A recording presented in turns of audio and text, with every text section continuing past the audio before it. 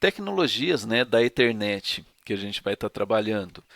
Padrão de Ethernet de 100 megabits por segundo, né? Então uma camada de enlace comum e diferentes camadas físicas. É essa a ideia que você tem. Então eu tenho um protocolo, o formato do frame, só que aqui a parte física é que muda.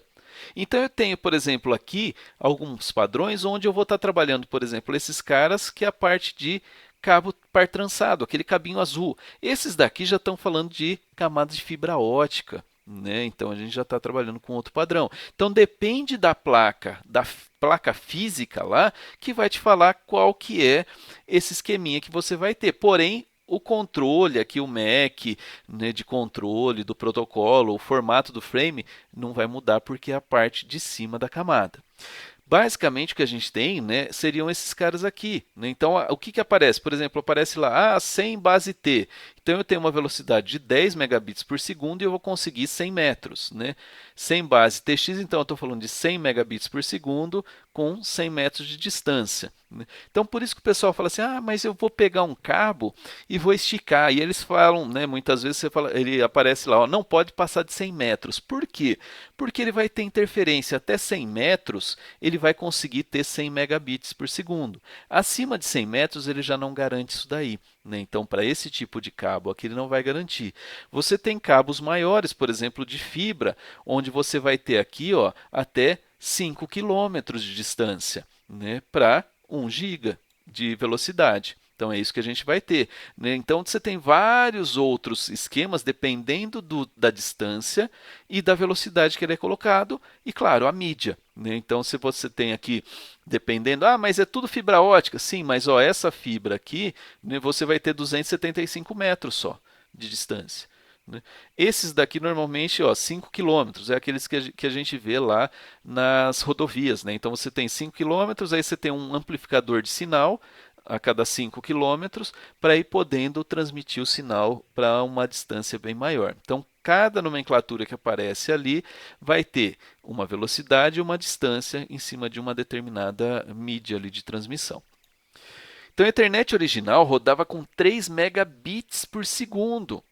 Olha só, hoje a gente está falando de 10, 100 gigabits até 400 gigabits por segundo. Então é muita coisa. Então mudou-se o meio e vai mudando a velocidade que a gente tem para transmissão. Comutadores, né, na camada de enlace. Como é que esse negócio vai funcionar? Então a função de um comutador é receber os quadros da camada de enlace e repassar para enlace de saída. O comutador em si é transparente aos hospedeiros e roteadores na subrede. Ele simplesmente recebe lá aquela informação e vai repassar ali. A filtragem é uma capacidade que esse computador tem que determina se um quadro deve ser repassado ou deve ser descartado. Então ele pode realizar esse filtro ali. O repasse, então, é a capacidade de um computador que determina as interfaces para quais os quadros devem ser dirigidos, e então dirigir o quadro para aquela interface de saída. Basicamente, o que a gente tem, olhando como um todo, a gente tem aqui nosso host, né? Então aqui a gente tem as duas pontas que tem as 5 camadas. Então tem a aplicação, o transporte, rede, enlace e a camada física. O datagrama e o frame estão aqui, o quadro. Né? Aqui no nosso switch, a gente já não tem a camada de rede, todas elas. Então, switch são só duas camadas, a camada física e a camada de enlace. Por isso que ele consegue trabalhar, de repassar o frame, e no frame a gente tem lá MAC address. Então, ele sabe para qual MAC address vai estar aqui, vai ter que enviar isso daí, né, para onde que ele está ligado. Já no roteador, a gente já vê que é diferente. Então, eles são 3 camadas. Ele consegue entender aqui datagrama. Se ele consegue entender datagrama, ele consegue entender o IP. Então, aqui o meu roteador consegue entender o IP e saber para onde vai ser enviado isso daqui. Switch não. Switch não entende IP, porque ele só para aqui na camada 2, né, do link com a nossa camada de enlace, então ele tem que entender de MAC address. E chega lá no destino, novamente ele tem as 5 camadas para ser trabalhadas normalmente aí. Né? Então, basicamente, resumindo, né, a gente tem essa modificação aí. Né? As camadas de enlace, então, vão estar presentes em todos os itens que a gente teria de interligação. Né? Mesmo num switch, ele tem a camada de enlace lá. Como é que ele faz a filtragem? Né? Então, a gente viu que cada item que a gente tem, né, cada nó, a gente tem lá a nossa tabela, né? Então, nesse caso aqui do nosso switch, do nosso comutador, ele vai ter o quê? Ele vai fazer filtragem e comutação, né, utilizando uma tabela desc. Então, ele vai ver lá o endereço MAC address esse, ele está ligado na interface 1, e aqui ele coloca um horário para a gente poder saber quanto tempo que veio um pacote para ele ali, não é uma informação, e se ele está ativo ou não, né? Então aqui, ó, endereço, outro endereço de rede, interface 3, outro horário que tem aqui. O que ele faz então? Suponha que um quadro com endereço de destino DES chegue à interface X, né? Então essa interface tem o tal adaptador que ele quer. 3 casos possíveis podem acontecer ali nesse sentido. Não existe a entrada na tabela D, né, para esse Ds aqui.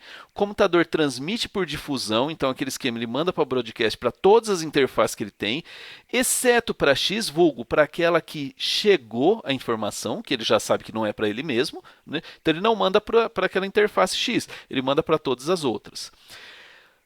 Existe também a entrada associada à interface X, né? Então, beleza. Então, o que ele faz? Ele vai lá, o computador realiza a função na filtragem ao descartar o quadro, né? Então, existe uma entrada associada, né, para esse destino para o X. Então, ele fala, não, ele está mandando, mas não tem nada a ver.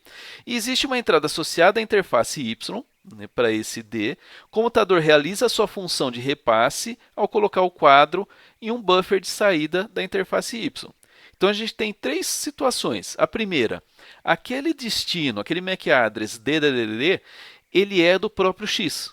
Então, cara, você está mandando para mim, só que é para você próprio. Então, o que ele faz? Descarta. Ele faz a função 2 ali de filtragem. Se ele chegou lá e ele não conhece, né, nosso switch não conhece essa informação, não existe essa entrada para a tabela D, ele manda para o broadcast para descobrir quem que é, exceto para aquele que me mandou esse pacote.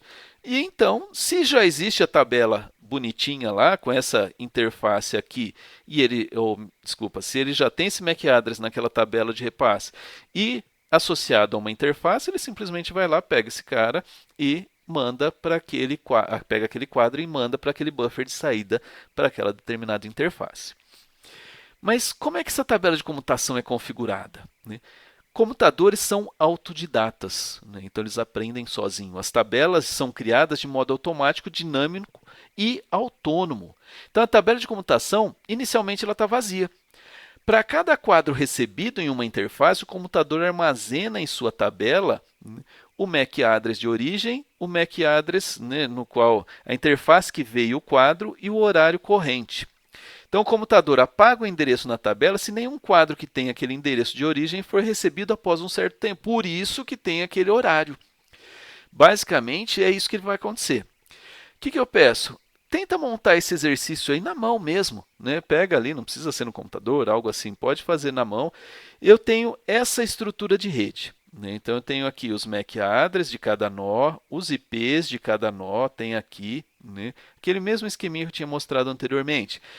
Esse nó de final 111, né, 111, quer enviar uma mensagem para o nó 112, está aqui embaixo. Tá? Então, eles estão aqui e a rede acabou de ser configurada. Então, quer dizer que não tem tabela ARP, não tem nada, né? Então, monta a tabela ARP de cada um dos nós e também a tabela ARP de comunicação, né? Aquela tabela de comutação aqui, como é que ele vai fazer. Então, eu preciso da tabela de comutação aqui e tal, nesse sentido.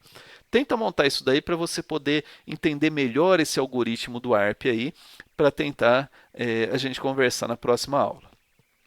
Então, isso daí é do Kurose e Ross, né, que é o livro que a gente usa como referência aqui, bibliografia básica, redes de computadores e a internet, seções 5.41, 5.42 e 5.43. Foi isso que foi falado nessa aula.